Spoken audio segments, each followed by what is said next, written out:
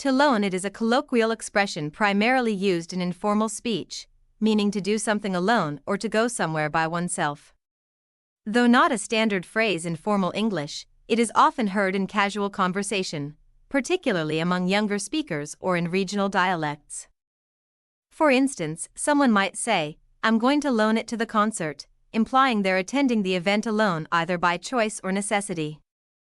The phrase implies a deliberate or resigned detachment from others in a social or shared activity. It doesn't necessarily carry a negative connotation. In some contexts, loan it can reflect independence, autonomy, or even a sense of self-assurance. When someone chooses to loan it, they may be expressing their comfort in solitude or their willingness to experience something without needing company or validation from others. However, the use of loan it can also signal a sense of social isolation. In situations where a person has no one to accompany them, the phrase might carry undertones of loneliness or exclusion. For example, a student who eats lunch alone every day and says, "I usually loan it," might be indicating a lack of social connection. In such contexts, the phrase can quietly point to deeper emotional or psychological experiences.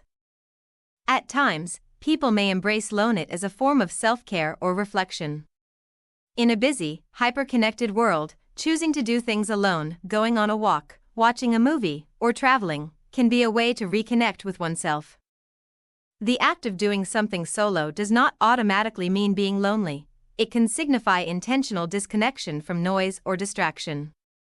From a linguistic standpoint, loan it is an example of verbing a noun in a non-standard way. Lone is traditionally an adjective or noun, as in a lone wolf, but here it's turned into a verb phrase. English often allows for such creative shifts in grammar, especially in spoken or informal settings, adding richness and flexibility to the language. The phrase also speaks to broader cultural attitudes toward solitude. In some societies, doing things alone is seen as empowering and indicative of strength, while in others it might raise eyebrows or provoke pity.